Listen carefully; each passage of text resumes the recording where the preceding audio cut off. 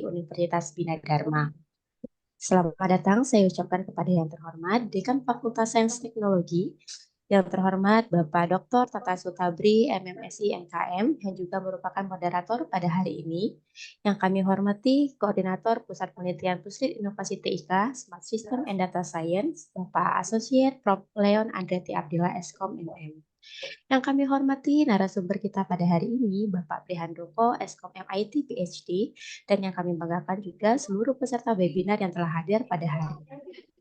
Puji syukur kita panjatkan kehadiran Allah Subhanahu wa Ta'ala, karena berkat rahmatnya kita dapat berkumpul di sini dalam acara webinar nasional tahun 2024 pada hari Kamis 5 September 2024 dengan tema Artificial Intelligence in Information System, Enhancing Efficiency and Innovation. Baik, sebelum memasuki acara, izinkan saya untuk memberikan pantun terlebih dahulu. Baik, burung merpati terbang tinggi, Cakep, hinggap di dahan pohon jati. cakep. Mari kita mulai webinar hari ini, semoga bermanfaat untuk kita nanti. Luar biasa. Amin. Amin. Baik, Bapak Ibu, selanjutnya marilah kita mendengarkan lagu kebangsaan Indonesia Raya.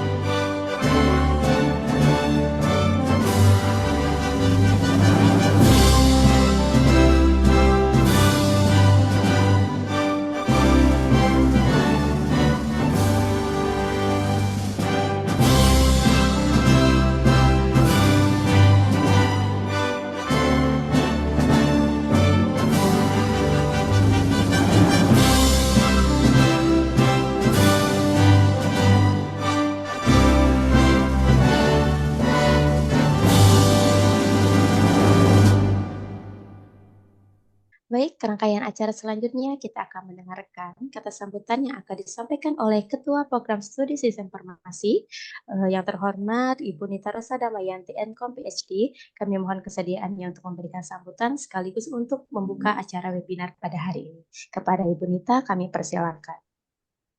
Oke, terima kasih Ibu Rahayu Amalia. Assalamualaikum warahmatullahi wabarakatuh. Waalaikumsalam warahmatullahi wabarakatuh. Selamat datang dan berjumpa lagi dengan Bapak Dr. Prihandoko,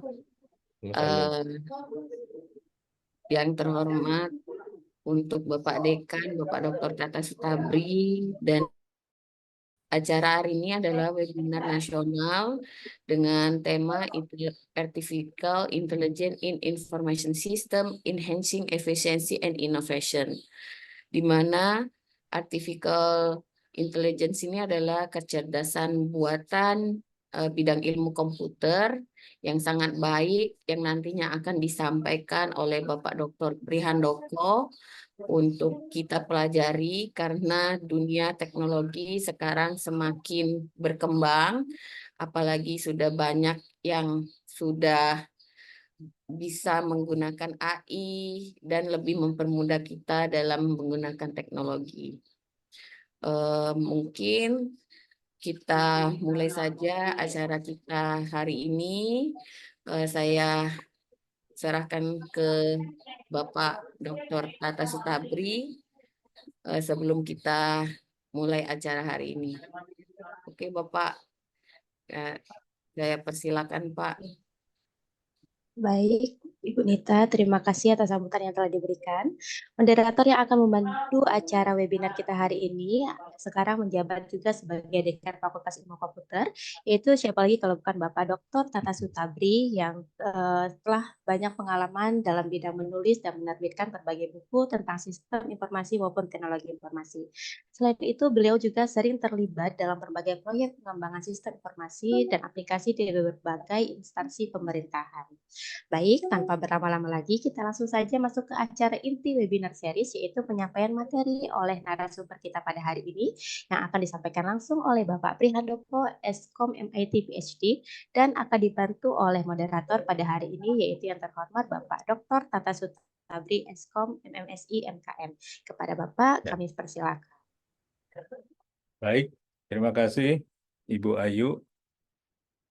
Bismillahirrahmanirrahim. Assalamualaikum warahmatullahi wabarakatuh. Selamat pagi semuanya. Salam sehat untuk kita semua. Dan yang terhormat kepada Bapak Dr. Bapak Prihandoko PhD. Beliau ini dosen saya, guru saya.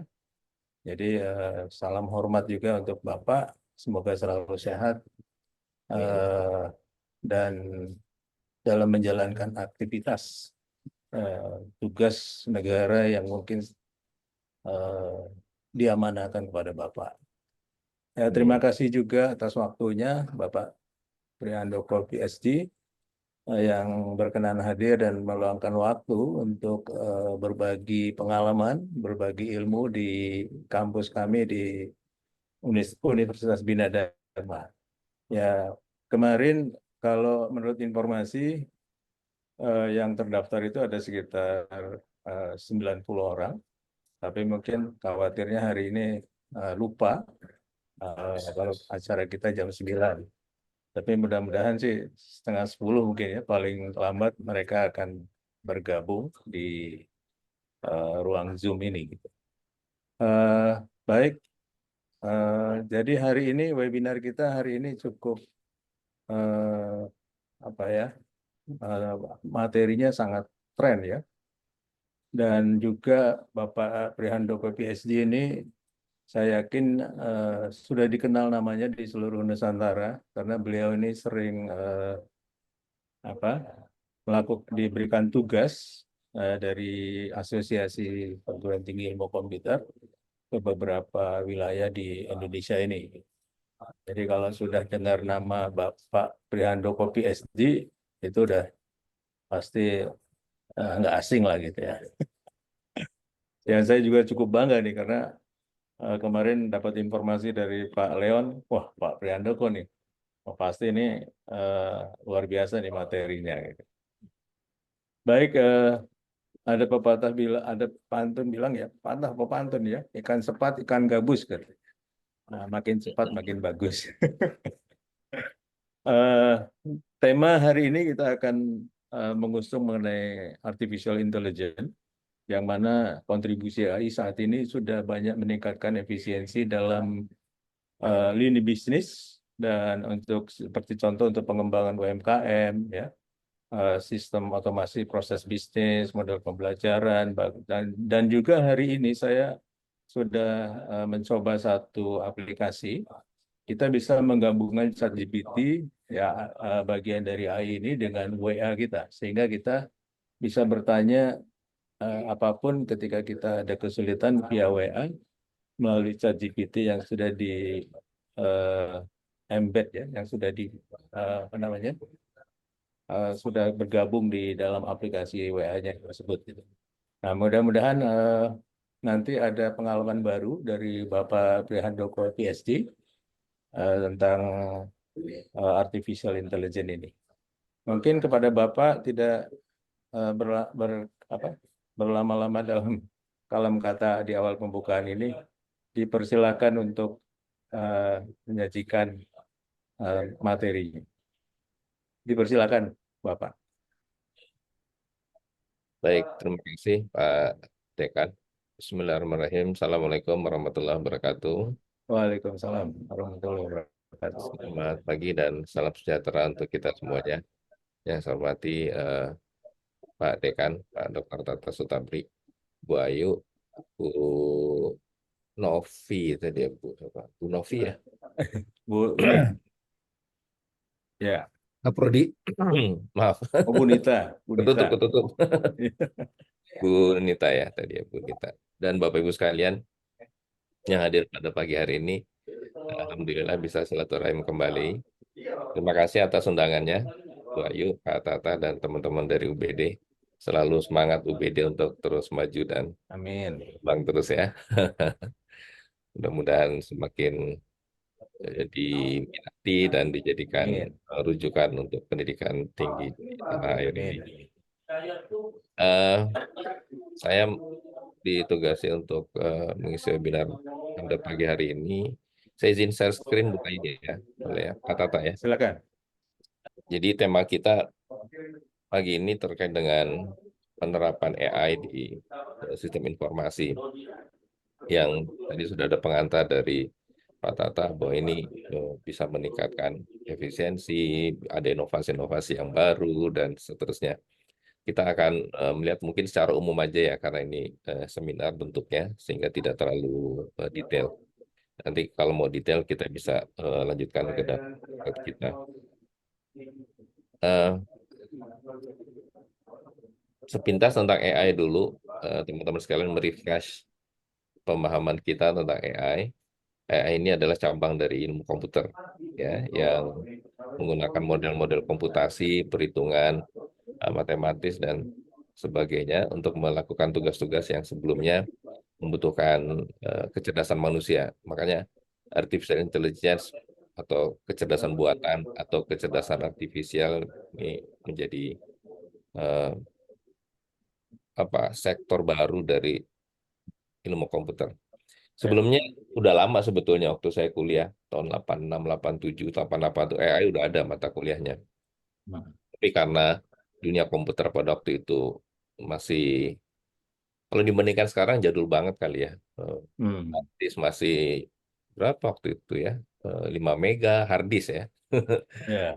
Memori cuma berapa kilobyte gitu. Jadi AI ini masih sebatas konsep gitu. Bisa seperti saat ini. Tapi kemudian sempat turun AI, tapi belakangan 5-10 tahun terakhir ini bangkit lagi karena kapasitas dan kemampuan komputer sudah jauh lebih cepat dan jauh lebih canggih.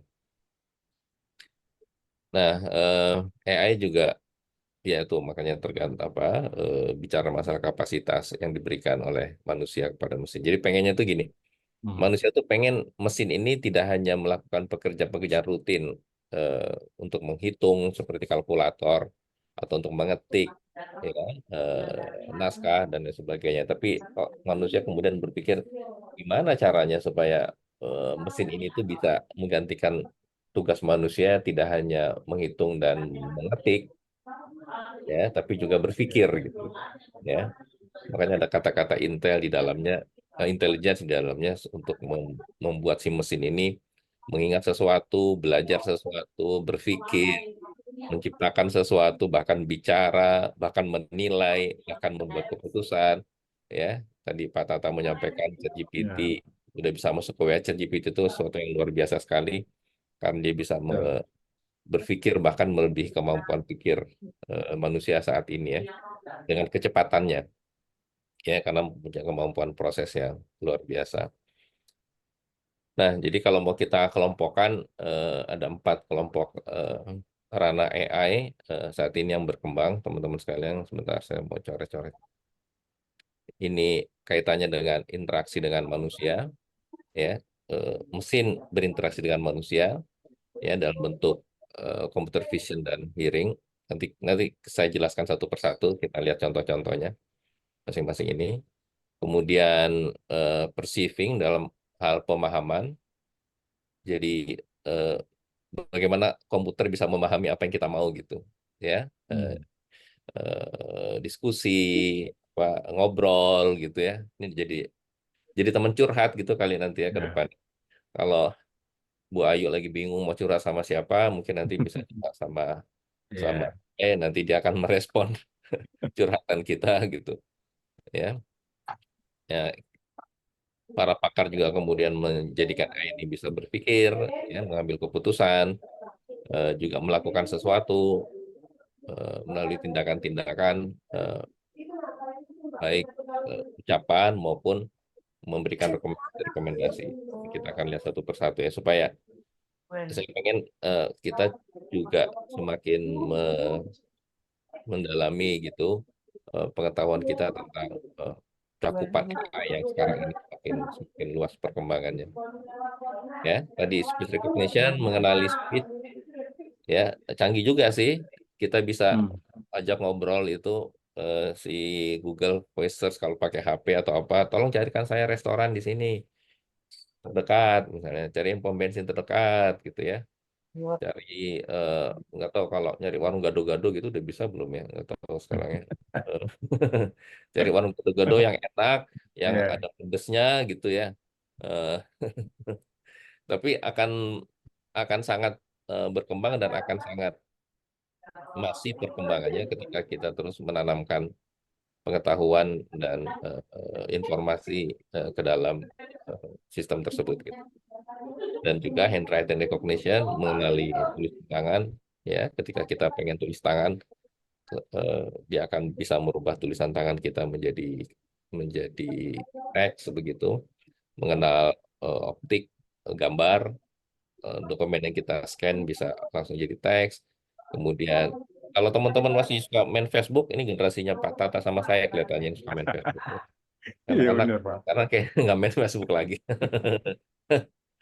Itu mereka sih Facebook bisa mendetek wajah kita, bisa tahu posisi kita gitu ya, eh, dan seterusnya. Ini luar biasa sekali ya. Jadi perkembangannya sangat sangat masif. Google Foto bisa mengumpulkan, mengklasifikasikan foto-foto kita. Meskipun kita pakai kostum-kostum yang berbeda-beda, mereka bisa mengidentifikasi itu. Ini tantangan untuk risetnya luas sekali di sini ya, teman-teman sekalian ya. Teman-teman dosen mau memperdalam image and video recognition ini menarik. Kemarin semester kemarin ini mahasiswa saya 7 orang, saya minta mereka mengerjakan object detection dalam hal crowd counting. Jadi menghitung jumlah jumlah manusia dalam kerumunan. Kan kita sering melihat betapa berbahayanya nih kalau teman-teman yang pernah naik komuter lain kereta di Jabodetabek di Jakarta itu di stasiun tuh pagi-pagi itu, waduh manusia udah kayak Iya. gitu ya. Crowded ya Pak. Crowded, sangat crowded. Sehingga sangat membahayakan sebetulnya. Apalagi kalau pas nunggu itu kan udah di samping rel nunggunya. Jadi Ya. kalau ada bergerak sedikit itu bisa kecemplung rel ketabrak kereta. Nah itu sampai saat ini saya belum tahu ada sistem yang bisa membaca itu dan mendeteksi dan memberikan warning kalau jumlah kerumunannya sudah melebihi kapasitas dan membahayakan jiwa manusia gitu. Nah, anak-anak mahasiswa saya kemarin saya minta untuk bisa membuat sistem pakai video walaupun baru prototipe gitu, membaca jumlah manusia di dalam kerumunan itu sehingga ketika ada jumlah yang membahayakan, misalnya 500 orang begitu dan melebihi 500 maka akan keluar warningnya.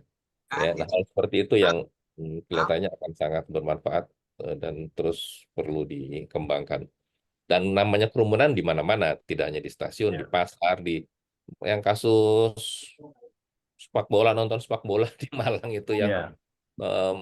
makan korban ratusan orang itu kan juga sangat sangat prihatin lah kita melihat itu ya. Jadi kalau melihat situasi pakai feeling, pakai insting itu kan jadi nggak tepat. Udah banyak orangnya, hati-hati kan nggak bisa. Nah kalau pakai sistem kan sangat akurat lah begitu ya. Nah, ini peran AI sangat sangat baik di situasi dan kondisi seperti itu teman-teman sekalian. Ya, kemudian natural language generation ini apa ChatGPT dan yang lainnya bisa membantu kita dalam hal memahami bahasa manusia dan kemudian meresponnya. ChatGPT itu yang paling fenomenal ya. Ya. Saya pernah dengar jumlah jumlah jumlah data yang dihimpun ChatGPT itu lebih dari 1 triliun jumlah katanya. Nggak tahu gimana cara mereka ngumpulin 1 triliun Ya, luar kata, biasa ya. kemudian memahami makna, bisa mengenerate apa yang kita mau dengan tingkat akurasi yang mendekati kebenaran lah gitu. Bahkan sesuatu yang kita sendiri nggak mampu melakukannya. Itu luar biasa ya, apa namanya, penemuannya. Sehingga yang saya dengar 5 hari baru di launching ChatGPT itu sudah 100 juta penggunanya. 5 hari Luar 100 biasa. juta ya penggunanya. Kalau kita mungkin 100 tahun baru 5 orang gitu pengguna itu. Ini sangat sangat fenomenal, apa sangat jenius lah orangnya. Ya. Kemudian teman-teman, saya juga baru nemu ini DeepL Translator nih. Jadi biasanya kita selama ini pakai Google Translate kan. Ada yang baru yang menggunakan AI itu DeepL Translator. Silakan coba nanti. Saya juga baru coba. Saya coba LL bandingkan. Saya coba bandingkan apa antara mencari kertasku yang kemarin aku simpan di sini. tadi itu sekarang Bu Ayu bisa Mana di itu hostnya apa speakernya. baik. Saya coba bandingkan antara hasil Google Translate dengan DeepL Translate ini memang berbeda ya. Jadi teman-teman bisa coba DeepL Translator nih. Sentimen analisis ini udah penelitian terkait ini dan terus berkembang. Apalagi sekarang hoax dan segala macam itu ya menjelang pilpres, menjelang pilkada mungkin jadi hebat Ya. gitu. Jadi seru gitu. Oh, ini penelitian saya waktu dokter nih. Oh iya, sentimen Oh, analis ya Pak Tata ya. Traveloka ya. iya betul. Traveloka ya bagus itu ya. Bagus kalau terus dikembangkan untuk Iya. ke depan membantu pengelola apapun untuk mendapatkan respon dari customernya ya, dari kliennya. Bagus itu. Kemudian CP sintesis ini mirip dengan tadi terkait dengan ChatGPT dan segala macam gitu. Saya nggak akan terlalu detail di sini. Kemudian machine learning ini teman-teman kalau ada yang langganan Netflix atau langganan Spotify gitu, coba perhatikan gitu, jangan cuma sebagai pemakai ya. Bagaimana mereka bisa memberikan rekomendasi kalau Spotify misalnya lagu-lagu tertentu yang biasa kita dengar dimunculkan digabungkan dengan lagu-lagu lain ya, film yang genrenya sama mereka akan cari genre yang sama kemudian dimunculkan di layar kita. Kamu ini tidak suka marah. Dah, apalagi? Bu Ayu. Murid-murid. Iya Pak, siap Pak. Ya. Perlu dipantau terus Banyak, Pak. barangkali ya supaya apa teman-teman tidak ada yang bocor ya. Biasanya begitu kalau banyak pesertanya. Iya, Pak. Baik, saya lanjut ya. Jadi apa? Saya terpikir kayak Spotify itu, ini mungkin bisa jadi inspirasi teman-teman kalau nanti penelitian buat para dosen. Bagaimana dia bisa memberi rekomendasi sebuah lagu tidak hanya berdasarkan lagu itu sering dinyalakan oleh usernya, tapi juga berapa lama dia mendengarkan lagu itu. Kan kalau sekarang kan kita nggak suka lagu itu langsung kita next gitu, kita next begitu ya. Nah, perbuatan melewati sebuah lagu, melewatkan sebuah lagu dan tidak jadi didengar atau didengar cuma sebentar, itu mengindikasikan si user itu tidak terlalu suka dengan lagu itu atau tingkat kesukaannya lebih rendah daripada lagu yang kemudian dia dengarkan sampai selesai. Nah, situasi ini itu menarik kalau kita bisa nanti punya 1.000 lagu, misalnya dengan masing-masing kadar didengarkannya oleh user, kemudian kita nanti bisa mengenerate sebuah rekomendasi yang mengeluarkan list of very like gitu ya, sangat disukai, setengah disukai, seperempat disukai lagu-lagunya. Itu bagus. Jadi sebagai recommender system, orang jadi nggak perlu lagi mencari-cari sesuatu yang dia sukai gitu, karena sistem akan membantu merekomendasikan lagu-lagu yang disukai oleh dia, atau kalau Netflix film-film yang disukai oleh dia gitu. Ya, ini menarik teman-teman, sesuatu yang terus berkembang di berbagai sektor kehidupan kita. Ya, data mining sudah biasa barangkali ya. Deep learning ini perkembangan dari data mining, machine learning, deep learning itu terus berkembang. Ini nanti saya lewatin aja. Ini banyak yang sudah kita pahami. Decision making juga pengambilan keputusan, walaupun perkembangannya agak lambat kalau yang saya lihat ya, untuk kedokteran dan segala macam. Baik, jadi AI ini terus berkembang, dia merambah berbagai sektor kehidupan untuk memasuki sektor-sektor kehidupan kita, gitu ya, dari cara kita berbicara, berpikir, dia belajar sendiri, berurusan dengan data yang sangat luas, melakukan prediksi, ya, melibatkan statistik, melibatkan pola pikir psikologi kita dan seterusnya, ya, termasuk di dunia bisnis ini.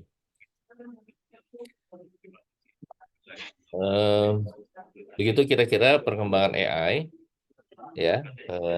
Kita akan masuk apa itu dunia sistem informasi, karena tema kita adalah AI, kemudian ada SI, sistem informasi, dan bagaimana AI ini bisa berperan dalam penguatan, peningkatan, pengefektifan, pengefisienkan, dan seterusnya. Kita pahami yang disebut dengan sistem adalah sekumpulan elemen dan prosedur yang saling berinteraksi. Itu sistem. Jadi sistem dulu ya. Sistem itu tidak harus berbasis komputer. Mobil itu sistem. Ada rodanya, ada mesinnya, ada bodinya, ada gasnya, ada remnya, itu sistem mobil. Ya. Di sebuah perusahaan, sistem itu alur-alur proses bisnis itu sistem juga di perusahaan. Ya. Nah, ketika kita membangun sistem yang menghasilkan informasi untuk pengambilan keputusan, informasi untuk dijadikan pencatatan transaksi dan pendokumentasian, itu namanya sistem informasi. Ya, jadi sistem informasi ini melibatkan berbagai aspek ya. Ada hardware-nya, ada manusianya, ada jaringannya, ada data, ada software-nya. Jadi buat teman-teman yang berkutat di sistem informasi, mohon kita sama-sama pahami bahwa tidak hanya sekedar aplikasi, tapi dia juga mencakup hardware dalam hal supporting hardware terhadap aplikasi, terhadap sistem, juga manusianya, sehingga bagaimana manusia berinteraksi dengan sistem itu juga perlu dipikirkan. Maksud saya gini, dipikirkan tuh maksudnya user interface yang kita develop itu harus mempertimbangkan aspek-aspek ergonomis, aspek-aspek kemudahan pakai, aspek-aspek potensi user yang akan memakai itu apakah anak-anak, apakah remaja, apakah dewasa, apakah orang tua, dan seterusnya. Ya, jaringan dan keamanannya tentunya, dan data pastinya ya. Nah, ini komponen-komponen informasi yang ada ya dalam kita membangun sebuah sistem informasi. Nah, sistem informasi itu kalau dilihat dari perspektif leveling perusahaan, mulai dari pimpinan perusahaan sampai ke staff yang operasional, kira-kira seperti ini. Makin ke atas, makin individualized dan makin custom made ya, sesuai dengan keinginan pimpinan perusahaan. Makin ke atas, makin ke bawah, makin standardized, makin masif. Itulah kira-kira ya. Kalau direksi kan pengennya kan buatkan saya laporan yang begini, yang spesifik untuk saya pengen tahu dong ini perkembangan perusahaan kita cabang yang di Palembang meningkat atau turun. Gitu aja kalimatnya si eksekutif, si direksi ya. Nah, nanti manajernya kemudian berpikir itu, kemudian dia nyuruh stafnya dan seterusnya ya. Perjalanannya panjang. Baru nanti naik ke atas lagi. Nah, intinya kita perlu menyediakan sistem informasi yang unik untuk executive information system, gitulah kira-kira ya. Jadi kebutuhan-kebutuhan pimpinan perusahaan pasti berbeda dengan kebutuhan-kebutuhan di level di bawahnya. Kemudian ada yang disebut manajemen information system (MAS). di level middle management ya teman-teman ya. Sales management system, inventory control, budgeting dan seterusnya ini udah kalau teman-teman sudah biasa berurusan dengan ini mungkin udah familiar. Kemudian ada decision support system yang digunakan untuk mengambil keputusan. Ini mensupport MAS biasanya, ya sumber data ini juga dari sini. Jadi ini makin dari bawah ke atas ini tidak lepas ya, dia saling terkait dan kemudian saling berpengaruh, ya. Termasuk dari atas ke bawah juga berpengaruh atas apa yang dibutuhkan. Kalau dari bawah ke atas berpengaruh pada supply apa yang akan diberikan kepada pimpinannya gitu di semua level perusahaan.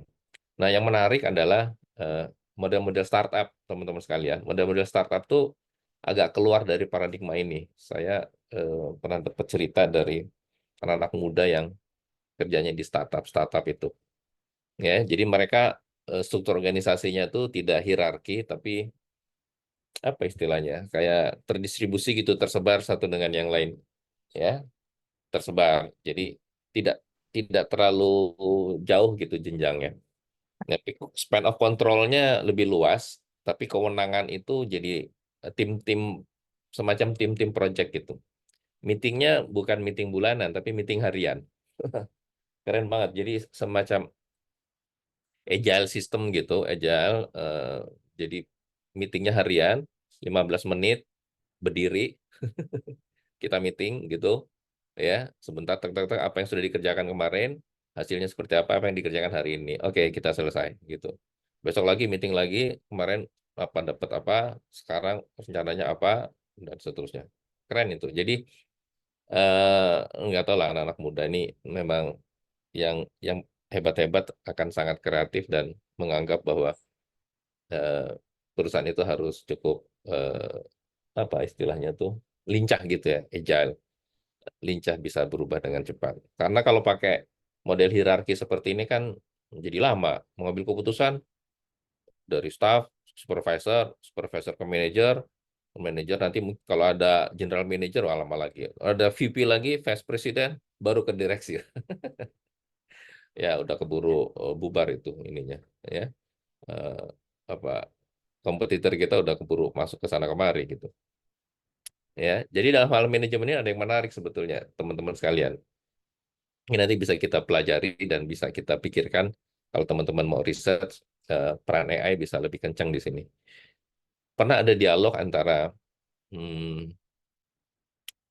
petinggi perusahaan di Amerika dengan petinggi perusahaan Cina, petinggi perusahaan Amerika dengan petinggi perusahaan Cina gitu.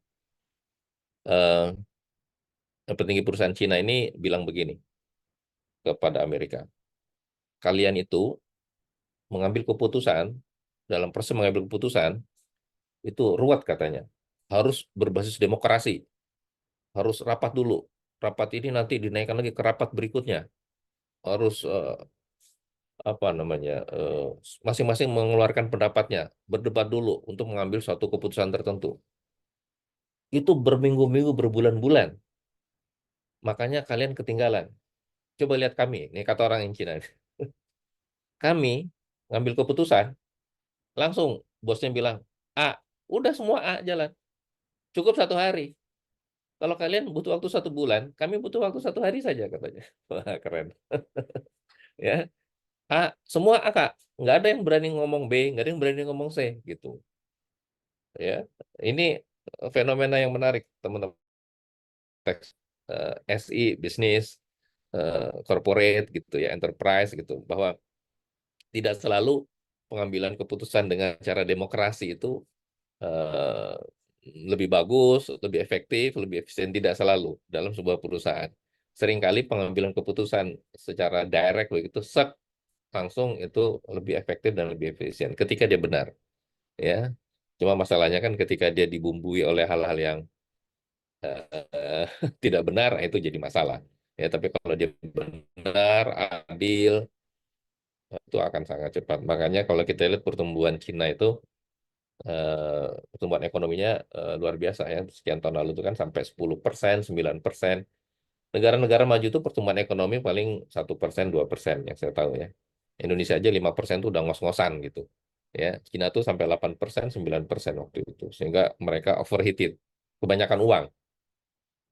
Kebanyakan uang. Kalau kita kurang uang terus, kalau mereka kebanyakan uang sampai bingung pakai uangnya untuk apa. Akhirnya mereka ekspor barang-barang murah ke berbagai negara, termasuk ke negara kita. Ya, akhirnya kolaps lah eh, produksi dalam negeri kita karena dibanjiri oleh produk-produk dari Cina yang super murah gitu. Yang kita nggak kebayang kok bisa bikin bikin barang ini dengan harga segini, kok bisa gitu, ya. Karena mereka mereka subsidi. Nah, teman-teman sekalian, Cina itu pemerintahnya mensubsidi barang yang dikirim keluar Cina bisa sampai 50%. Jadi misalnya sepatu gitu, harga sepatu itu 100.000. Kalau di Cina, kalau dikirim ke Indonesia, harga sepatu itu bisa menjadi 50.000. Karena yang 50.000 dibayarin oleh pemerintah Cina. Makanya begitu masuk Indonesia, harga sepatu itu 50.000. Kita sepatu itu 100.000 gitu. Ini balik harga yang balik modal ya. Barang Cina 50.000, kita barang 100.000. Ya udah pasti kalah. Konsumen kan pengennya yang murah. Ya, dengan kualitas yang sama, kita dapat yang barang yang harga setengahnya, kenapa kita nggak ambil yang lebih murah gitu. Nah ini yang membuat produk-produk Cina jadi terus menyebar ke berbagai negara gitu. Nah ini jadi secara bisnis, secara sistem informasi, eh, mereka bisa melakukan hal yang sangat luar biasa. Yang menarik lagi, mungkin kalau pakai cerita jadi kalau terlalu teoritis, saya nggak terlalu tertarik sebetulnya. Yang menarik lagi Singapura, ya. Singapura itu eh, tahun 70-an itu kondisinya nggak lebih baik dari Indonesia. Tahun 70-an nggak lebih baik dari Indonesia. Tahun 80-an cuma lebih baik sedikit. Ya, tapi kemudian Lee Kuan Yew, eh, ini Lee Kuan Yew ini orang hebat di Singapura yang membangun Singapura jadi hebat. Itu berpikir Singapura itu nggak punya industri besar karena negaranya kecil. Tidak punya sumber daya alam yang kaya seperti Indonesia. Ya, eh, jadi yang mereka punyai hanya pelabuhan, tempat tempat transit, tempat ngetem gitu. Kalau angkot tuh tempat ngetem, ya. Mereka nggak punya yang lainnya. Gimana cara membuat negara ini jadi maju dan dari mana dia bisa mendapatkan sumber pendapatannya? Satu-satunya cara adalah me- merombak sistem transit kapal-kapal yang di Singapura. Mahasiswa. Nah, di sini sukses. Satu-satunya cara adalah merombak sistem transit di Singapura itu supaya kapal-kapal yang mau berlayar dari Asia ke Australia atau dari mana ke mana tuh kalau lewat Singapura tuh itu bisa transit lebih lama di Singapura sehingga barang-barangnya bisa lebih eh, bisa turun dulu atau nanti eh, apa jumlah yang transit tertarik untuk transit ke Singapura lebih banyak. Nah, masalahnya Singapura ini harus bersaing dengan Hong Kong karena Hong Kong juga sama kondisinya, negara kecil, tidak punya industri besar, tidak punya sumber daya alam. Gimana caranya supaya mereka bisa dapat pendapatan yang banyak? Yaitu sama dengan ngetem. Cuma Singapura kan kalau lawan Hong Kong kan agak berat juga. Di Hong Kong tuh ada Bruce Lee, ada Jet Li, ada Jackie Chan gitu ya. Sementara Singapura nggak punya jago-jago silat. Makanya Lee Kuan Yew terus berpikir nih gimana caranya gitu. Nah, teman-teman yang menarik adalah kemudian Lee Kuan Yew berpikir IT. Jadi kalau kalau kapal dagang mau transit di Singapura itu dengan cara tradisional itu begitu datang sampai Singapura dia ngurus surat-surat segala macam itu butuh waktu 2 bulan 3 bulan menyelesaikan persuratan aneka rupa begitu. Ya makanya kita suka dengarkan pelaut itu suka begini begitulah karena bingung dia 3 bulan ngapain gitu udah di kapal berbulan-bulan sampai di negara transit ya sudahlah. Itu sama si Lee Kuan Yew dipikir itu gimana caranya kok harus sampai 3 bulan untuk transit kapal dan kemudian pergi lagi. Gimana caranya supaya 3 bulan itu kita pangkas jadi sebulan atau jadi 3 minggu gitu. Nah itu yang dilakukan oleh Kuan Yew. Ya, jadi dia membangun sistem IT ya di pelabuhan sehingga ketika kapal transit tidak perlu lagi waktu 3 bulan cukup Waktu itu disingkat jadi 1 bulan, kemudian 5 tahun berikutnya dipersingkat lagi jadi 1 minggu, dipersingkat lagi jadi 2 hari atau 3 hari. Dan itu sangat sangat signifikan bagi perusahaan-perusahaan yang mengirimkan barang lintas benua itu, transit itu tadi.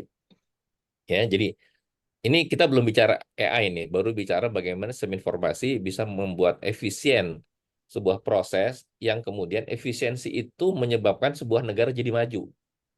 Nggak punya sumber daya alam, nggak punya industri besar, nggak punya pabrik-pabrik gede gitu, tapi bisa jadi negara yang kekayaannya melebihi negaranya Pak Tata. Ya, gimana caranya itu? Penduduknya cuma 5 juta, lebih kaya dari negara tetangga yang penduduknya Negara 200 Konoha katanya, juta. Pak. Cuma ada 2 kampus besar di situ, NUS sama NTU, tapi posisinya 10 besar dunia. Kita punya 4.000 perguruan tinggi, enggak, yang masuk 500 besar cuma 3 perguruan tinggi. Gimana caranya tuh? Ini PR-nya Pak Tata banyak nih. Ya. Nah, itu teman-teman sekalian. Jadi sistem informasi ini cukup signifikan dalam merubah. Kalau ranah SI itu sebetulnya disebutnya di dokumen SCM IEEE itu Digital Transformation and Intelligence. Ya, Digital Transformation and Intelligence itu misinya SI, melakukan transformasi digital dan intelligence. Intelligence itu daya pikir, ide-ide, kreativitas, inovasi maksudnya ya, dengan menggunakan data tentunya. Nah, itu misinya SI itu seperti itu. Baik. Nah, ketika AI ini masuk, harusnya apa yang dilakukan Lee Kuan Yew itu akan jauh lebih signifikan begitu ya. Beliau tanpa AI aja sudah bisa membuat Singapura jadi maju gitu ya. Kalau kita AI dipakai buat main game aja lah ya, cukup. Ini sektor-sektor penerapan AI teman-teman sekalian di dunia industri ya, electronic commerce ya, startup itu Shopee, Tokopedia dan segala macam itu main bunuh-bunuhan. Ya, Bukalapak nggak tahu tuh nasibnya gimana sekarang, udah tutup lapak kelihatannya. Dulu Bukalapak, sekarang mungkin udah tutup lapak. Beli-beli terus apa lagi tuh segala macam lah ya. Ini sangat sangat keras persaingannya. Di dunia kesehatan AI juga punya peran yang besar ya, perkembangan teknologi kedokteran. Saya surprise juga tuh bisa masukin selang ke dalam badan kita yang ada kameranya di dalamnya kan, apa namanya, endoskopi atau apa begitu ya. Ya, endoskopi. Ya, endoskopi ya. Itu ruang penelitiannya banyak sekali teman-teman ya. Kalau kita bisa dapetin data, bagaimana kamera itu mengcapture data. Datanya jangan data di ujung ya, datanya sejak dia masuk ke dalam kulit kita direkam itu. Nah, itu wah, keren banget tuh. Bagaimana di dalam pembuluh darah itu situasinya seperti apa, video itu bisa kita capture dan kita analisis dengan AI. Keren banget ya kalau kita bisa lakukan itu. Ya, industri security, keamanan, masalah. Ya, ini sedih lah kita kalau bicara keamanan ya. Kemarin PDN kita diobrak-abrik. Bukan salah yang ngobrak-abrik, tapi salahnya yang menjaga data kita. Retail industry, intelligent customer flow statistic and analysis, bagaimana kita mempelajari perilaku customer. Home furnishing industrial, industri rumah, anti theft alarm, programmable control, smart home gitu ya, lampu dan segala macam. Industri logistik, pengiriman barang. Teman-teman kalau sekarang ibu-ibu nih kalau belanja Shopee udah bisa dilacak ini ada di mana orangnya ya. Cuma sayangnya masih kalau sampai rumah masih paket gitu ya. Saya nggak tahu masih ada udah ada cara. Tolong dipikirin ya. Gimana caranya supaya nggak perlu teriak-teriak paket tapi udah keluar gitu orangnya dan barang itu nyampe. Kasihan, saya suka kasihan lihat kurir-kurir logistik itu nganterin paket-paket ke rumah-rumah itu. Kalau nggak ada orang dia teriak-teriak. Nah, tolong dipikirin gimana caranya supaya dia nggak perlu teriak-teriak lagi, barangnya nyampe dengan selamat gitu ya. Ya, Kadang ini juga kan nyasar ke rumah orang, kan rumah kita nggak ada orang, rumah orang juga sebelahnya nggak ada orang juga, akhirnya dia lempar aja barang gitu. Nah, kalau dia lemparnya ke rumah orang lain gimana? Mungkin perlu dipikirin di setiap benda itu ada semacam apa RFID atau apa gitu ya, yang kalau nanti dikonekkan ke rumah yang dituju, dia nyambung sama-sama RFID-nya, kodenya sama, ini rumahnya ini, langsung dilempar aja pun nggak ada masalah gitu. Ya, saya belum kepikir lah seperti apanya. Tapi ini ada ruang penelitian buat teman-teman dosen yang bisa kita coba pikirkan bagaimana membantu teman-teman kurir logistik ini supaya nggak perlu teriak-teriak paket-paket lagi. Udah honornya cuma berapa, 1.000 apa berapa gitu satu paketnya gitu kan, kasihan juga ya. Ya, kita pikirkan hal-hal yang sederhana tapi penting seperti itu ya untuk membantu saudara-saudara kita. Di financial industry ini udah pasti teman-teman sekalian ya. Kemudian di manufacturing, saya mau lebih dalam sedikit di manufacturing industry ini ya, bagaimana peran AI di dalam di pabrik-pabrik yang ada. Secara spesifik kita akan coba lihat di computer vision, bagaimana AI membantu mengidentifikasi cacat-cacat barang dan segala macam. Walaupun kita lihat ini teknologi field of AI ini banyak sekali ya, chipnya, algoritmanya, dan seterusnya, nanti bisa teman-teman pelajari. Saya nggak akan masuk ke situ terlalu lama nanti, bosan dengerinnya. Ada yang menarik di sini, checking quality control ya, dengan bantuan machine learning. Saya cukup bagus gitu, surprise juga dengan apa yang saya temuin ini ya. Jadi membayangkan sebuah pabrik farmasi yang bikin obat, tablet, kapsul, dan segala macam itu, yang setiap hari memproduksi ribuan kapsul, ribuan tablet, gimana cara memeriksa tablet-tablet itu ada cacat tuh. Ini ada dotnya, atau kapsul ini gompel gitu ya, atau penyok gitu. Gimana mendeteksinya kalau pakai manusia? Ya, repot banget gitu. Karena ada ribuan kapsul, ribuan pil, ribuan tablet setiap hari harus diproduksi gitu. Kalau pakai mata, repot tuh. Saya jadi ingat tahun berapa ya dulu ya, tahun 90-an lebih, pernah ngerjakan proyek di pabrik Coca-Cola, Pak Tata. Itu Coca-Cola tuh kan sistemnya pakai botol ya. Dia isi dari pabrik botol, dia bawa ke pabrik Coca-Cola, diisi pakai Coca-Cola, pakai conveyor belt gitu, kemudian dikirim ke distributor, kirim ke warung, diminum airnya oleh konsumen, botolnya dikembalikan lagi ke pabrik, dicuci, diisi lagi gitu. Ya, nggak pakai plastik seperti sekarang. Nah, ketika si mesin pengisi Coca-Cola itu mengisi air Coca-Cola ke botol, itu kan kadar waktu itu ya tahun 90-an ya. Ini tua banget saya. Tahun 90-an udah urusan dengan kayak beginian. Itu ketika ngisi air Coca-Cola ke botol, itu kan tingginya itu bisa berbeda-beda ya. Jadi si botol itu ada conveyor belt yang kemudian botol Coca-Cola ditaruh di atasnya, dia berjalan ya, botolnya itu berjalan. Nah, ada orang yang duduk seperti saya ini memperhatikan tingkat penuhnya air di botol Coca-Cola itu. Ya, jadi kalau terlalu banyak dia kurangi, kalau kurang dia tambahin gitu.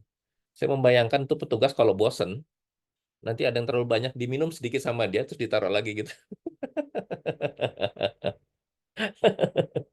Wah, ini terlalu banyak nih, diminum dikit terus taruh lagi gitu. Manual banget gitu maksudnya, manual banget ya. Jadi saya nggak tahu kondisi sekarang seperti apa, tapi itu menjadi salah satu target untuk kita bisa gunakan sensor untuk mendeteksi tingkat kepenuhan tingkat pengisian air Coca-Cola di dalam botol itu. Apakah sudah sesuai standar, apakah kelebihan atau kekurangan gitu. Ya, nah, itu bisa juga tuh kayak gitu. Ya, nah kembali ke sini, jadi ini juga menarik ketika berurusan dengan pabrik-pabrik itu, manufaktur itu relatif banyak hal yang bisa diinjeksi diintervensi dengan teknologi AI ya teman-teman ya. Ya kan kebayangkan kalau kita harus melototi tablet-tablet ini satu persatu ngecek mana yang gompel, mana yang nggak gompel gitu. Bukan cuma sekedar gompel, dia ada yang begini nih. Tuh kan ini terkelupas gitu ya, kegores gitu. Ya, ada yang ada sedikit gitu. Ya, jadi sangat sangat sangat banyak variasi defeknya, kerusakannya atau cacatnya. Ya, karena barangnya kan kecil. Ya, tablet kapsul tuh barangnya kecil.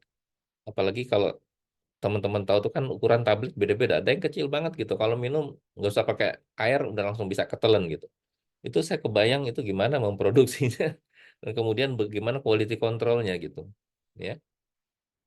Nah itu ini AI bisa masuk di sini dan secara teknis ada digital kamera yang memotret eh, barang-barang itu, kapsul itu, kemudian kita bisa pakai algoritma YOLO atau algoritma yang lain. YOLO ini sekarang udah versi 8, tidak versi 5 lagi.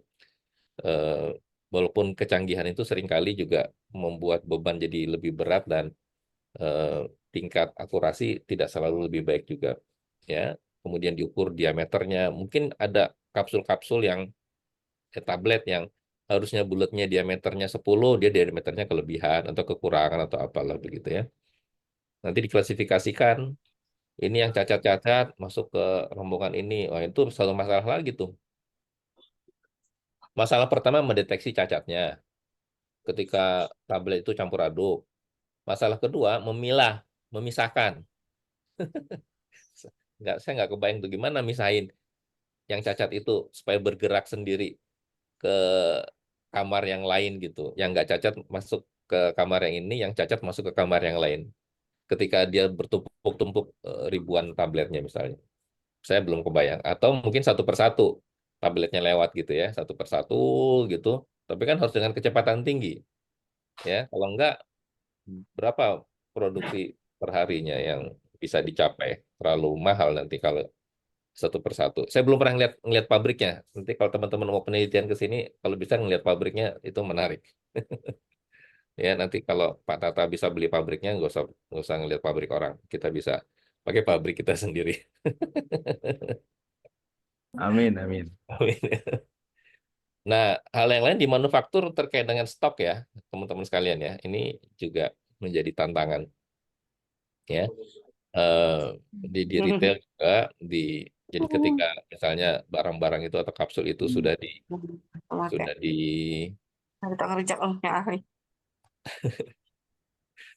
ditaruh di shelf ya, sudah ditaruh di lemari. Ini bisa dimatikan dulu ya. Ya. Bu Ayu bocor.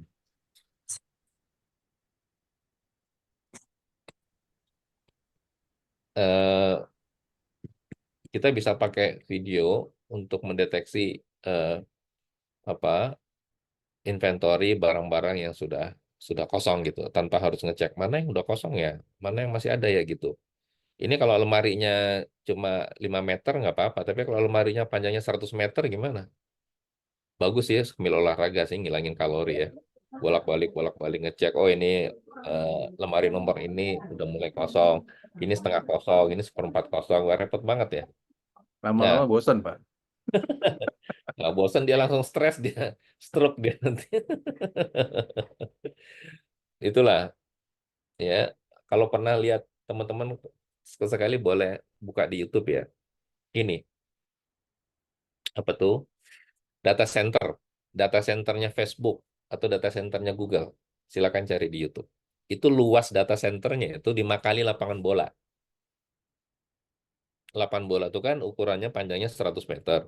Lebarnya 50 meter ya atau berapa gitu. Kalau 5 kalinya kan kebayang tuh. Mungkin 500 meter tuh. Data centernya Google. Jadi bayangin ya. Jadi jangan bayangkan data centernya Google atau Facebook itu satu mesin besar gitu. Enggak.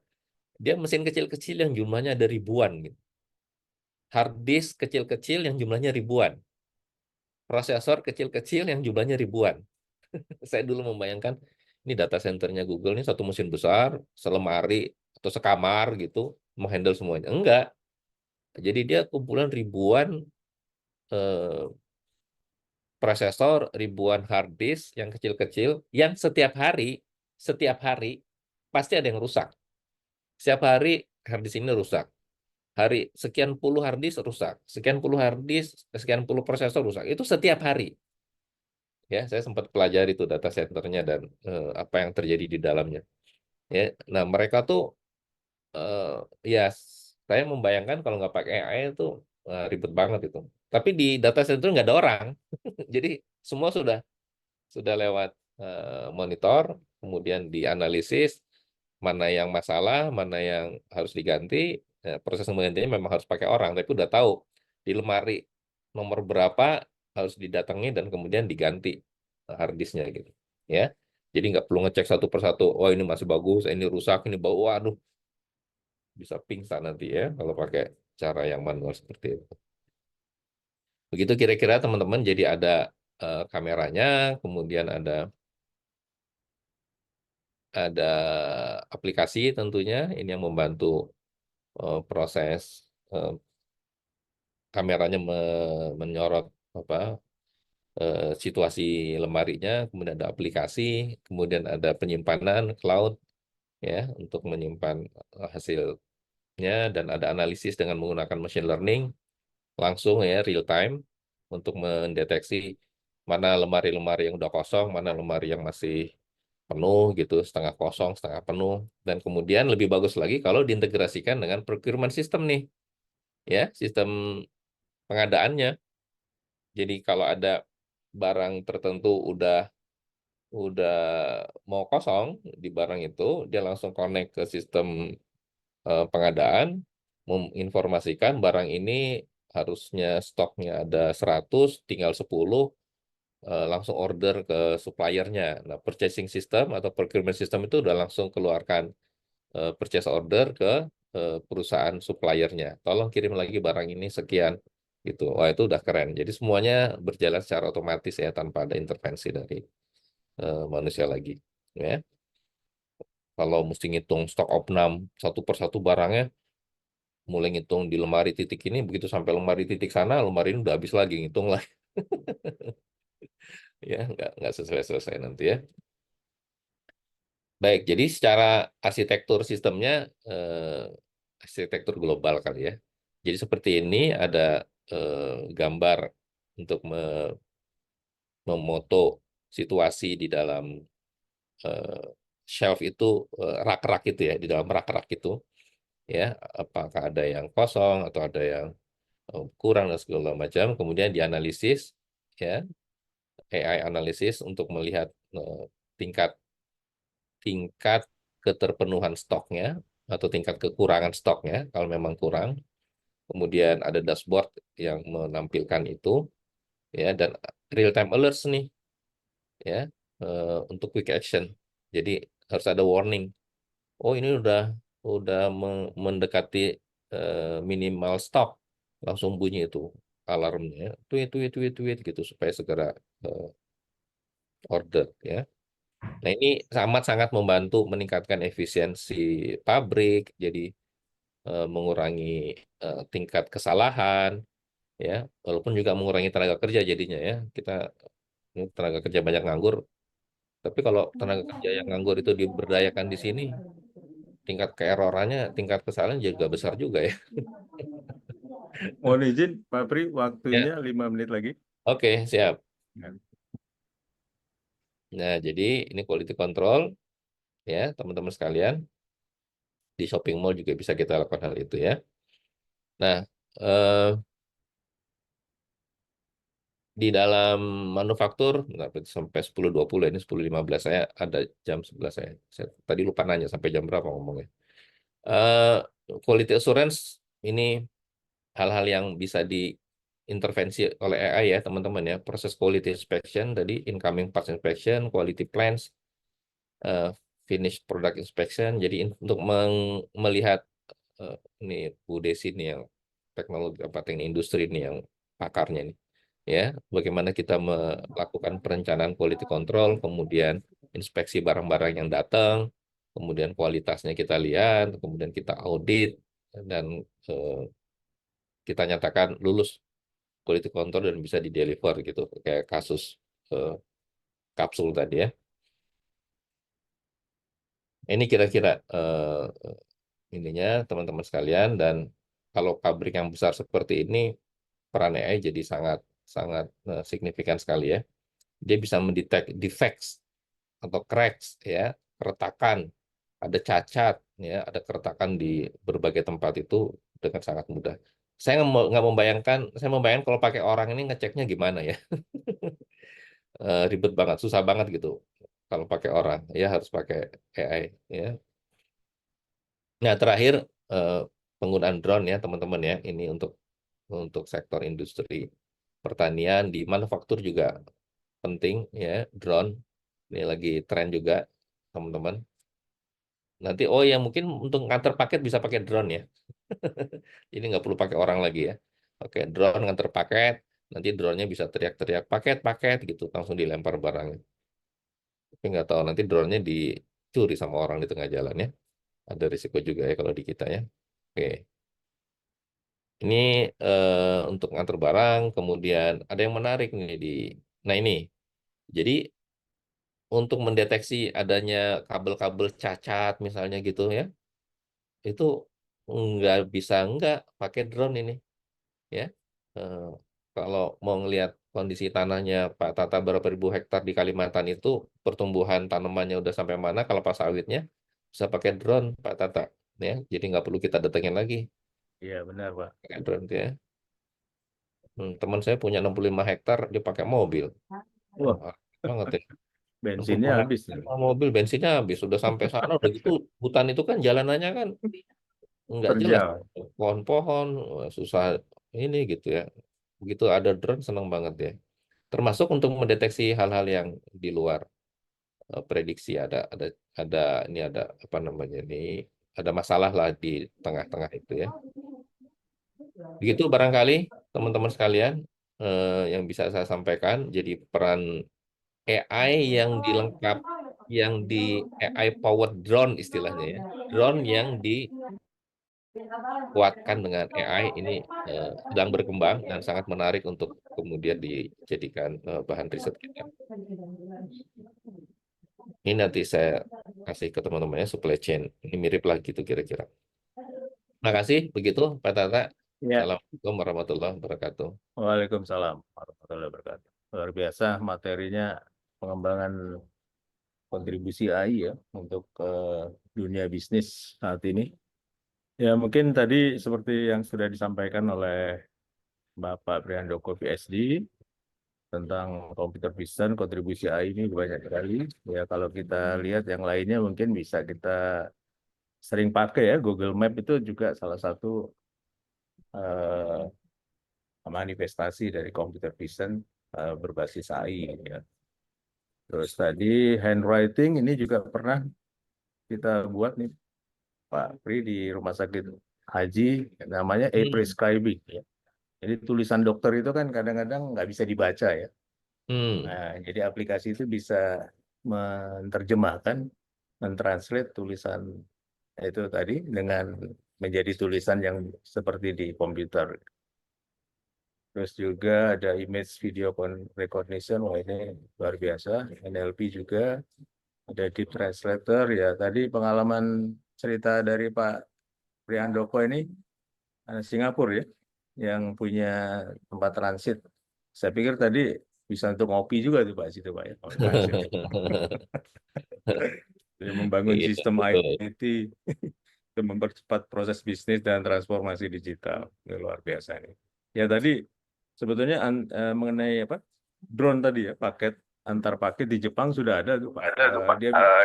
Dia bisa mengangkat beban 40 kilo ya. Tapi memang, tapi kalau ada kekhawatiran dicuri, kalau di Indonesia mungkin kalau drone-nya besar gitu, malah pencurinya yang diangkat nanti. Baik teman-teman dosen dan mahasiswa, cukup menarik. Mungkin masih ada waktu kurang lebih 7 menit. Nah, kita gunakan untuk diskusi atau mungkin sharing atau bertanya. Tapi ini sudah ada satu nih Pak Pri di chat dari Tommy ya. Bapak Tommy Satria Alasi ya dari Medan. Wah ini karena penjuru provinsi dari Medan. Bagaimana artificial intelligence atau machine learning dapat digunakan untuk mengidentifikasi kekurangan di suatu institusi berdasarkan data akreditasi program studi. Wah, ini menyangkut akreditasi nih dalam upaya information system enhancing efficiency dan inovasi. Nah, mungkin nah ini kebetulan Pak Prihandoko ini pakar nih kalau akreditasi. Monggo Pak. Teman-teman kalau ngelihat wajah saya, ngelihat akreditasi soalnya sama wajah saya tuh ada tulisan UBI gitu di Oh depannya kayak. iya benar. Ya, Mas Tommy, makasih. Salam ketemu lagi ya. Eh, yang peran AI akan sangat signifikan ya kalau teman-teman bisa mengumpulkan data-data yang dibutuhkan untuk menjawab kebutuhan instrumen akreditasi gitu. Data-data rapat, data-data kegiatan-kegiatan pelatihan, data-data seminar, data pembelajaran, semua data-data itu tolong dikumpulkan. Ya, nanti AI akan bisa membaca data itu untuk melihat udah lengkap atau belum, udah sesuai atau belum gitu. Wah, ini menarik nih idenya nih Pak Tommy nih. Sehingga kita bisa identifikasi, oh ini kelengkapannya baru 50%, ini kelengkapannya baru 70%, perlu ditambah lagi gitu ya. Itu menarik tuh. Nanti dibandingkan antara apa yang direncanakan di Renstra itu dan apa yang dilaksanakan dibandingkan dan kelengkapan bukti pelaksanaannya data-datanya. Saya malah belum kepikir tuh untuk bisa melakukan penelitian di situ. Kalau teman-teman ada yang bisa melakukan di situ, bagus sekali tuh. Kami dari Laminfokom akan sangat support tuh.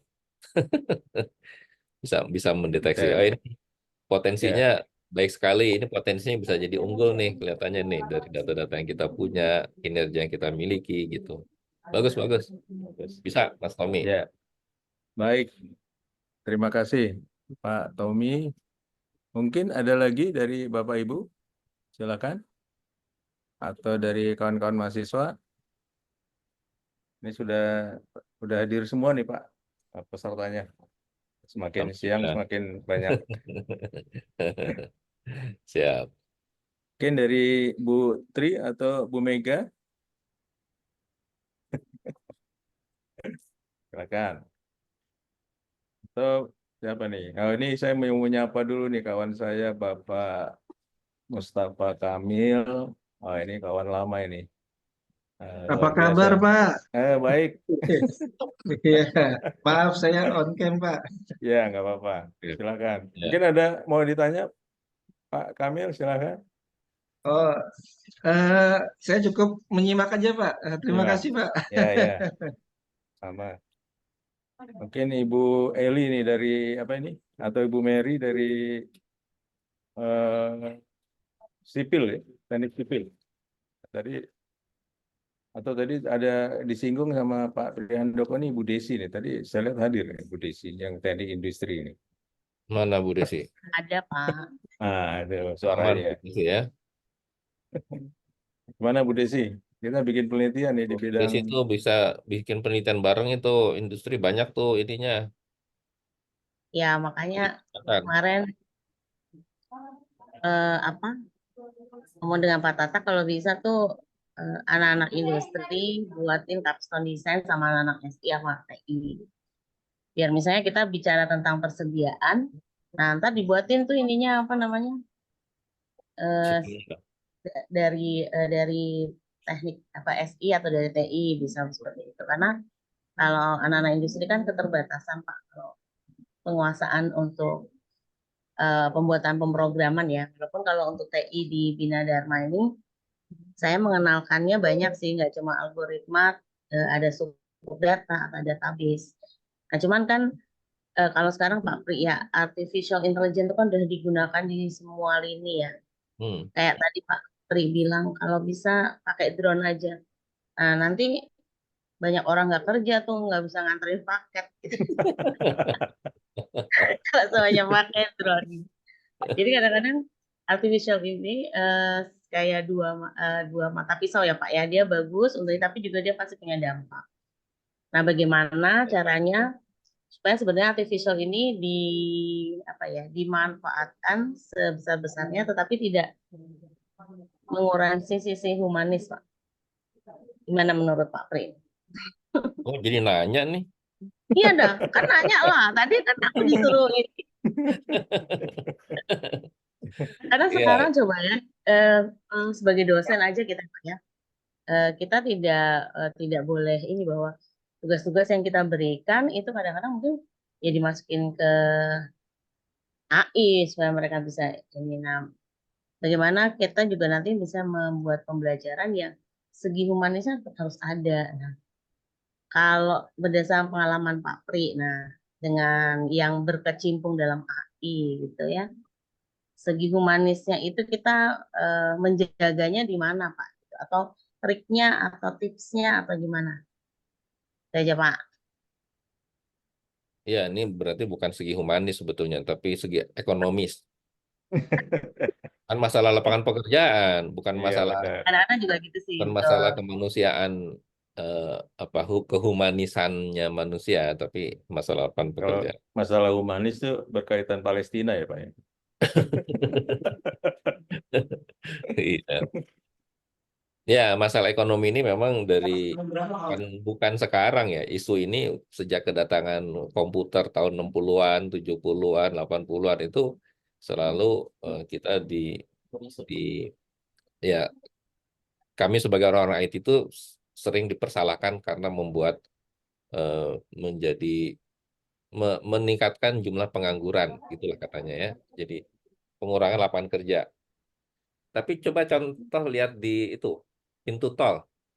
Saya sering mengambil contoh itu. Pintu tol itu dulu ketika pakai orang,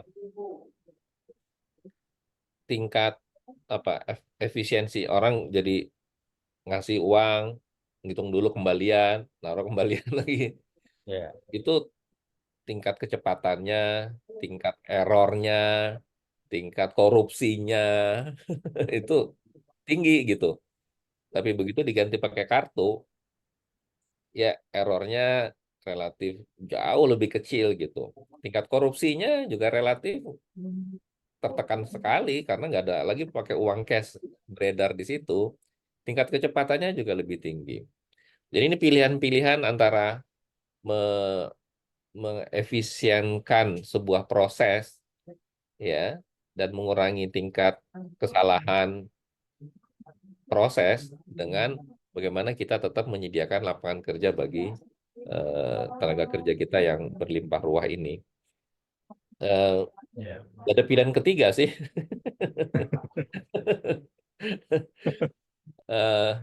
Jadi memang kalau saya berpikirnya bagaimana kemudian dengan IT ini kita meng-create pekerjaan baru. Begitu. Jadi bukan contoh Gojek. Nah, ini paling enak nih Gojek nih ya. Gojek, Grab itu. Pernah ada satu seminar itu yang hadir tuh waktu itu Nadiem Makarim ya sebelum jadi menteri dan William Suryajaya atau apa tuh yang punya Astra konglomerat itu. Ya. Yang punya Astra ini bilang begini. Saya kalah sama anak muda ini. 20 tahun saya mendirikan pabrik Astra ini industri ini, Bu Desi ini. 20 tahun saya mendirikan pabrik Astra ini. Saya bisa mempekerjakan 10.000 orang. 20 tahun saya mendirikan pabrik ini, saya bisa mempekerjakan 10.000 orang. Tenaga kerja yang saya bisa bantu gitu, yang bisa diserap. Anak muda ini katanya, 2 tahun dia bikin Gojek, 2 tahun dia bikin Gojek, 200.000 orang dapat lapangan pekerjaan. Coba. Saya malu saya katanya. Ya. Nah, gitulah kira-kira Bu Desi. Jadi di satu sisi dia mengurangi tenaga kerja, tapi dengan IT ini dia bisa meng-create pekerjaan dengan jenis yang lain untuk menambah jumlah tenaga kerja gitu. Jadi kita melihatnya tidak hanya dari satu sisi aja, mungkin kita perlu melihat lebih luas.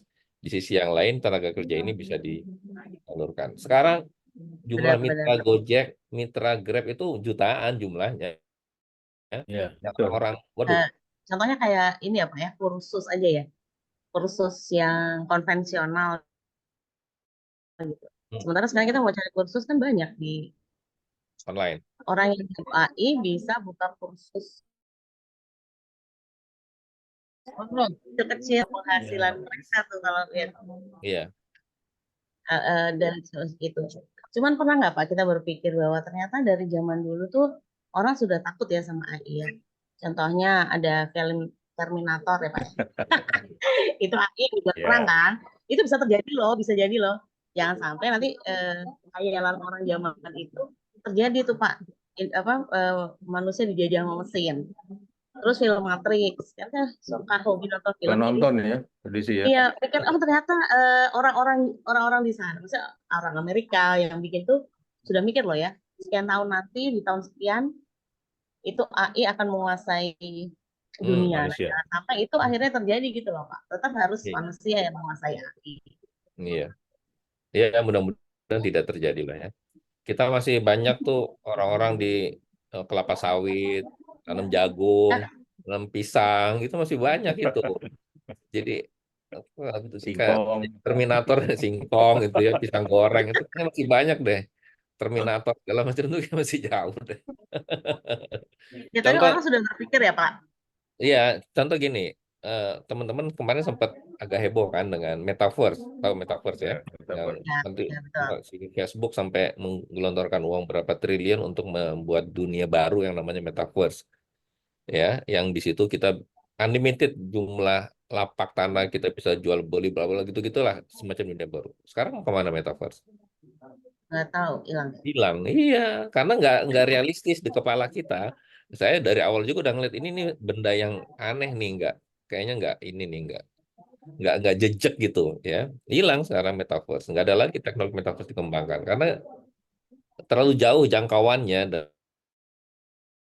dengan kita. Saya nggak tahu kalau kita membuat, artinya gini, saya yang mau saya sampaikan adalah teknologi itu tidak selalu yang Yes, ada benar. kamera ya Kacamata. di kacamata gitu ya, sehingga bisa ngelihat dan merekam pakai. Bubar itu proyeknya. Ya, Mahal karena Pak biayanya. eh, Kalau beli kita mahal itu hampir 25 juta harga. ya Jadi makanya dan nggak realistis juga gitu. Ngapain juga kita ke sana kemari ngerekam apa yang kita lihat kan? Ngapain gitu.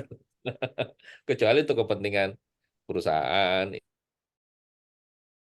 industri apalah segala security atau apa gitu kan. Tapi kalau dia dijual secara masif kepada publik nggak realistis. Nah, situasi-situasi ini juga akan terjadi apapun teknologi akan lahir ya. Jadi akan ada saringan-saringan filter dari orang-orang yang dari publik yang akan menerima teknologi itu. Gitulah Bu Desi, tenang aja. Iya Pak. Cuman ternyata ya maksud saya kayak di Jepang itu kan sudah mulai Pak ya ada robot yang memang benar banget mirip manusia, gitu Iya, ya. Robot bagus, yang menggunakan AI. bagus Bahkan itu. pernah ditanya tuh bahkan akan menguasai manusia apa enggak ya? Siapa tahu mungkin enggak bukan di era kita ya. 20 tahun mendatang atau 30 tahun mendatang. Artinya Enggak, di era kita juga kalau itu mah 2 tahun 3 tahun lagi juga mungkin udah ada. Jadi kalau kita kesepian nanti ada yang bisa nemenin, ngajak ngobrol, boneka-boneka yang bisa ngomong. Kalau ya aduh saya lagi suntuk nih, menurut kamu gimana ya? Nanti dia ngomong kan, dia nggak sakit hati, mau ditendang dia diem aja. Lihat film ini nggak apa namanya Biomax apa namanya Baymax ya. apa? Nah, Baik. itu keren itu film tuh. Baymax apa? Yang robot Ya baik. Yang putih itu ya Pak. putih itu, gendut itu. Robotnya iya. Nah, itu keren itu. Ya, jadi buat temen ngobrol kan, dia bisa mendeteksi kita sakit jantung, kita sakit apa gitu, disentuh badan kita. Nah, itu keren itu. Saya sih kayak gitu-gitu apresiasi lah, bagus. Ya memang kalau mama sering khawatir Pak Pri. Apa-apa. Tetap dijaga psikologi ya. mamanya ya. Jangan hilang. Ya, baik mungkin cukup ya. Saya rasa Ya. ada lagi mungkin saya kasih kesempatan. Kalau enggak ada kita akhiri aja karena sudah lewat waktu. Sekali lagi kepada Pak Prihandoko PhD, salam hormat, salam sebagai guru saya, terima kasih banyak ilmu juga yang sudah saya dapatkan dari Bapak. Semoga memberikan banyak amal ibadah buat kami semua, buat Bapak dari kami setelah Amin. diberikan pencerahan ini. Baik, terima kasih. Saya tutup webinar ini. Wassalamualaikum warahmatullahi wabarakatuh. Saya kembalikan ke Ibu Ayu. Waalaikumsalam warahmatullahi wabarakatuh. Baik, terima kasih kami ucapkan kepada Bapak Prihandoko atas materi yang sudah disampaikan dan yang sangat bermanfaat bagi kita semua. Kami juga ucapkan terima kasih kepada Bapak Dr. Tata Tabri selaku moderator yang telah memandu acara kita pada hari ini. Dan tak lupa juga terima kasih kami ucapkan kepada seluruh peserta webinar yang telah hadir pada hari ini. Baik, selanjutnya kita ke penutupan acara yang akan ditutup oleh PIC webinar kepada Gawati M.Com. Kami persilakan. Baik, terima kasih banyak Ibu Rahayu. Kita pada webinar kali ini telah mendapatkan pencerahannya ya dari Bapak Prihandoko terkait Artificial Intelligence in Information System and Sensing Efficiency and Information Innovation. Saya secara pribadi mewakili Puslit dan Fakultas FST mengucapkan banyak terima kasih atas kehadiran Bapak Ibu semua, terutama kepada Pak Pri karena sudah berkenan untuk menjadi narasumber pada webinar kita hari ini. Jangan bosan ya Pak ya, Pak Pri, insya Allah next kita lakukan agenda yang serupa. Begitu juga kepada panitia pada kesempatan kali ini, selain saya sendiri, saya juga dibantu oleh Pak Leon, Ibu Rahayu, Ibu Tri, Ibu Reza, Pak Denny Erlansyah, dan sejumlah mahasiswa dari Grup Research Enterprise System. Sebagai informasi, pada webinar kita kali ini telah diikuti oleh 21 instansi dan 18 kota. Semoga ke depannya kita tetap dapat lanjut ya. Oke, demikianlah webinar tahun 2024 series ke-8 kali ini. Dengan ini saya nyatakan ditutup. Mohon maaf jika ada salah-salah kata, saya ucapkan wassalamualaikum warahmatullahi wabarakatuh. Waalaikumsalam. Waalaikumsalam warahmatullahi wabarakatuh.